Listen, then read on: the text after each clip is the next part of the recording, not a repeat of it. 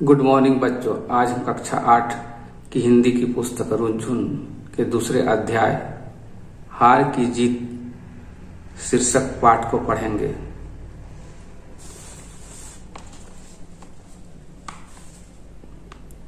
माँ को अपने बेटे और किसान को अपने लहलहाते खेत देखकर जो आनंद आता है, वही बाबा भारती को अपने घोड़े को देखकर आता था। बच्चे इस बात का ध्यान रखेंगे, जहां पर भी कॉमा और पूर्ण विराम आए वहां पर थोड़ा सा रुक कर आपको आगे पढ़ना है।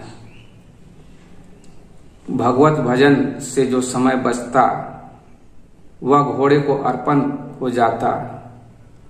वह घोड़ा बहुत सुंदर था, बड़ा बलवान। उसके जोड़ का घोड़ा सारे इलाके में ना था। बाबा भारती उसे सुल्तान कहकर पुकारते, अपने हाथ से दाना खिलाते और देख देख कर प्रसन्न होते थे। दूसरा अनुच्छेद। बाबा भारती ने रुपया, माल, असबाब, जमीन आदि अपना सब कुछ छोड़ दिया था। यहाँ तक कि उन्हें नगर के जीवन से घृणा थी। वह अब गांव के बाहर एक छोटे से मंदिर में रहते और भगवान का भजन करते थे। मैं सुल्तान के बिना नहीं रह सकूंगा, उन्हें ऐसी भ्रांति सी हो गई थी। वे उसकी चाल पर लट्टू थे। कहते, ऐसा चलता है जैसे मोर घन घटा को देखकर नाच रहा हो। जब तक संध्या समय सुल्तान पर चढ़कर 8-10 मील का चक्कर न लगा लेते, उन्हें चैन न आता। खड़क सिंह उस इलाके का प्रसिद्ध डाकू था। लोग उसका नाम सुनकर कांपते थे। होते होते सुल्तान की कृति उसके कानों तक भी पहुंची। उसका हृदय उसे देखने के लिए अधीर हो उठा। वह एक दिन दोपहर के समय बाबा भारती के पास पहुंचा और नमस्कार करके बैठ गया। बाबा भारती ने पूछा, खड़क सिंह क्या हाल है? खड़क सिंह ने सिर झुकाकर उत्तर दिया, आपकी दया है। कहो इधर कैसे आ गए?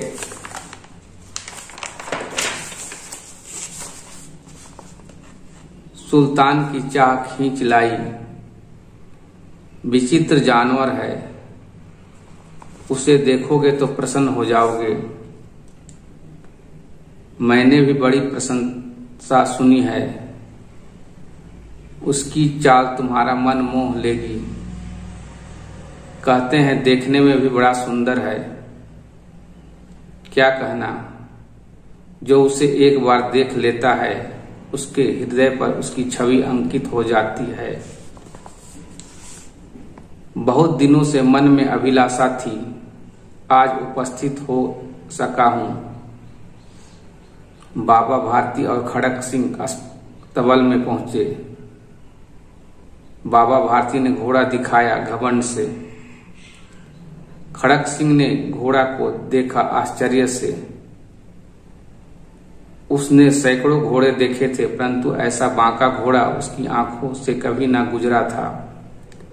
सोचने लगा, भाग्य की बात है, ऐसा घोड़ा तो खड़क सिंह के पास होना चाहिए।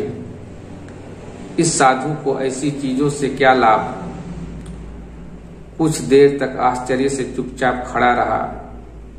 इसके पश्चात उसके हृदय में हलचल होने लगी। बालकों की सी अधीरता से बोला, परंतु बाबा जी इसकी चाल ना देखी तो क्या देखा?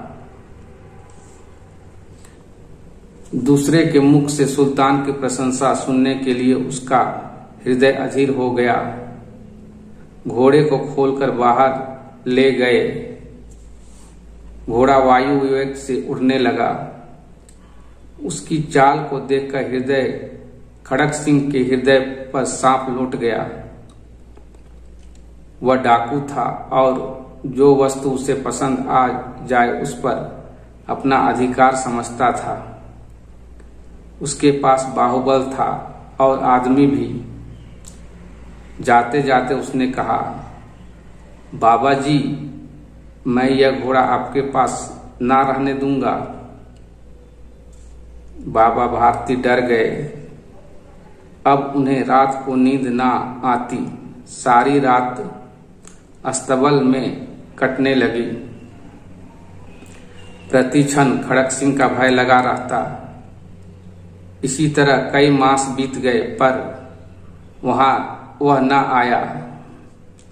यहाँ तक कि बाबा भारती कुछ असावधान हो गए और इस भय को स्वप्न के भय की तरह मिथ्या समझने लगे।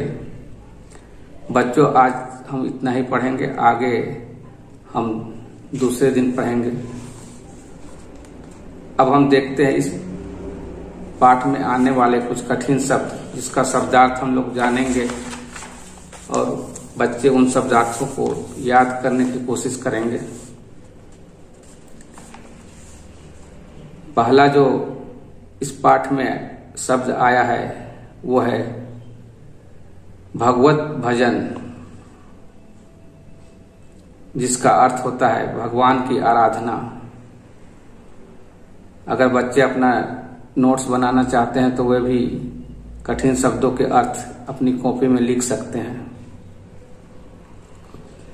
दूसरा जो कठिन शब्द इस पाठ में आया है वो है अर्पण, जिसका अर्थ होता है देना या चढ़ाना।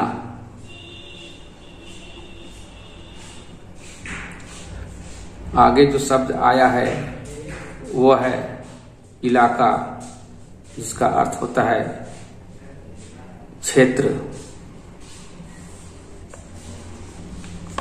अगला कठिन शब्द है असबाब, जिसका अर्थ होता है सामान। अगला शब्द है घृणा, जिसका अर्थ होता है नफरत।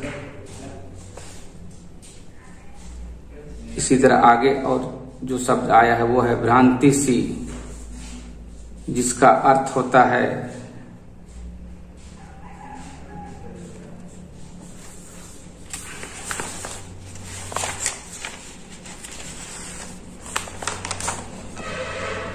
भ्रम होने जैसा। आगे जो शब्द आया है वो है चाल, जिसका अर्थ होता है चलना। अगला शब्द है घन घटा, जिसका अर्थ होता है बादलों के जैसा।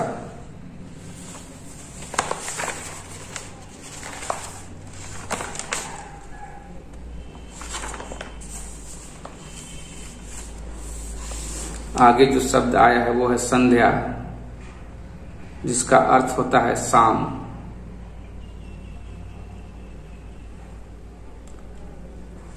इसी तरह आगे और भी शब्द आए हैं। जो शब्द आया है वो है कृति, जिसका अर्थ होता है ख्याति, प्रसिद्धि।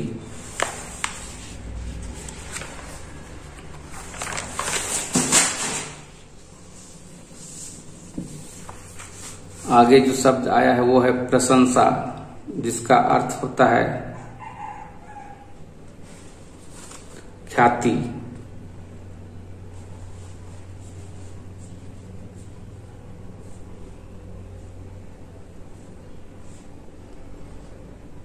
आगे जो शब्द आया है वो है मोह, जिसका अर्थ होता है आकर्षण।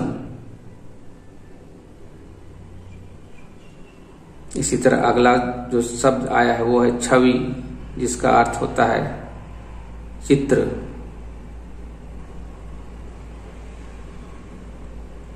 और उसके आगे जो शब्द आया हुआ है अंकित, जिसका अर्थ होता है बिठाना, मन में बसाना। आगे एक शब्द आया हुआ है अभिलाषा, जिसका अर्थ होता है इच्छा।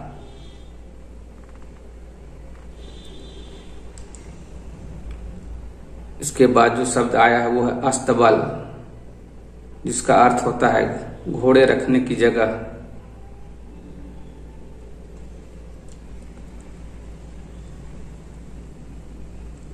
आगे जो शब्द आया है वो है बांका, जिसका अर्थ होता है अनोखा।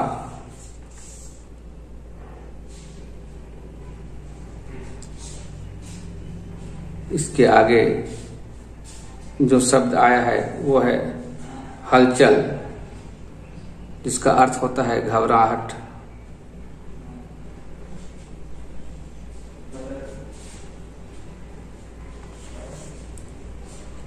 इसके आगे अगला जो शब्द आया है वो है सांप लौटना, जिसका अर्थ होता है ईर्ष्या करना।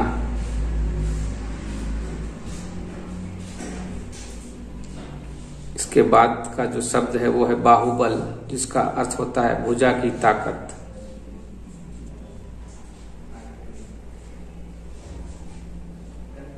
इसके आगे आने वाले शब्द हैं मास, जिसका अर्थ होता है महीना।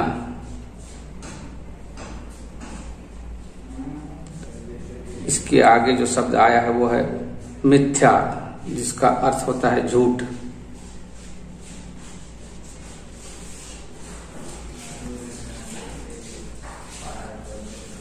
सभी बच्चे इन कठिन शब्दों के अर्थ को जरूर याद करें। आपके परीक्षा में कठिन शब्दों के अर्थ भी लिखने को आ सकते हैं। साथ ही साथ उसे लिखकर प्रैक्टिस करें ताकि आप शुद्ध उस शब्द को लिख सकें।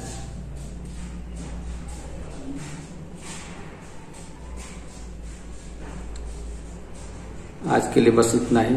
धन्यवाद।